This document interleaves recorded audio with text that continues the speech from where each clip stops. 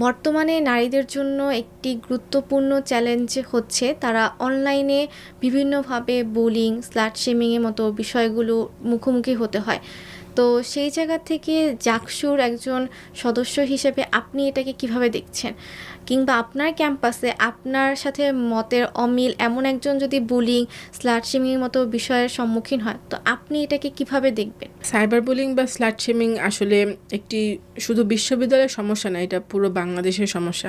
আমরা দেখি যে যারা চলচ্চিত্র সাথে জড়িত তারা যেমন স্লাট শেমিংয়ের শিকার হয়, যারা রাজনীতিক অঙ্গনে আছে তারাও হচ্ছে। আমরা দেখছি যে সামনে জাতীয় সংসদ নির্বাচনকে কেন্দ্র করে অনেক নারী প্রার্থীরা স্লাট শেমিংয়ের শিকার হচ্ছে প্রতিনিয়ত।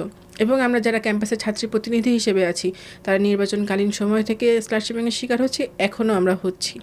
তো আমাদের বাংলাদেশে আসলে এটা কোনো নীতিমালাই নেই যেটা দিয়ে কোনো কাউকে শাস্তি দেওয়া যাবে। যেমন আমরা তুলি আপার ঘটনা যদি দেখি, যে তাকে একটি আসল ফেসবুক অ্যাকাউন্ট থেকে এ ধরনের নোংরা কথা বলা হলো, কিন্তু তার বিরুদ্ধে কোনো পোস্ট নেওয়া মানে পদক্ষেপ নেওয়া হচ্ছে না।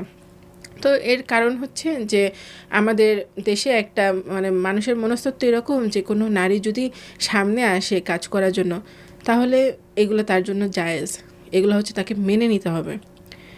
এই জিনিসটা থেকেই আসলে আমার মনে হয় যে পুরুষতান্ত্রিক যে একটা চর্চা, এইটার ফল হচ্ছে মেয়েরা হচ্ছে ভোগ করে, সে যেই মতের হোক, যে পেশার হোক। এটা আমার মনে হয় যে আসলে এটা সরকারের পদক্ষেপ নেওয়া উচিত, যে এই জিনিসগুলো যদি করে তাহলে সেখানে শাস্তি কী দেওয়া উচিত, এবং যে ফেক অ্যাকাউন্ট বা পেজগুলো সেগুলোর অ্যাডমিন খুঁজে বের করা এবং সেটার জন্য ভালো পদক্ষেপ নেওয়া, যাতে এই জিনিসগুলো কমে আসে। কারণ একজন নারীর সবথেকে গুরুত্বপূর্ণ বিষয় এবং সবথেকে দামি বিষয় হচ্ছে তার চরিত্র। এবং মানুষ জানে যে একটা মেয়েকে কিভাবে নামাতে হবে, তার মানে তার চরিত্রে হাত দিতে হবে আগে, তাকে স্লাট শেমিং করতে হবে যাতে সে ভেঙে পড়ে। যেমন আমরা ডাকসু রাফিয়ার ঘটনা দেখেছি, তারপরে ঝুমার ঘটনা দেখেছি, তুলিয়াপার ঘটনা দেখেছি। এভাবে তারা চেষ্টা করে, এবং এনসিপির একজন নেত্রী কিন্তু সুইসাইডও করেছে এই জিনিসটা মেনে নিতে না পারে।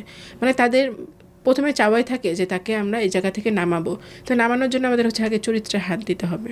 তো আসলে এটা শুধু বিশ্ববিদ্যালয় না, এটা হচ্ছে পুরো একটা বাংলাদেশের সমস্যা, যেটা আসলে যেই আসন্ন সংসদে নির্বাচিত হয়ে আসুক, যেই সরকার গঠন করুক, আমাদের চাওয়া থাকবে যে তারা যেন এই বিষয়গুলো নিয়ে কাজ করে।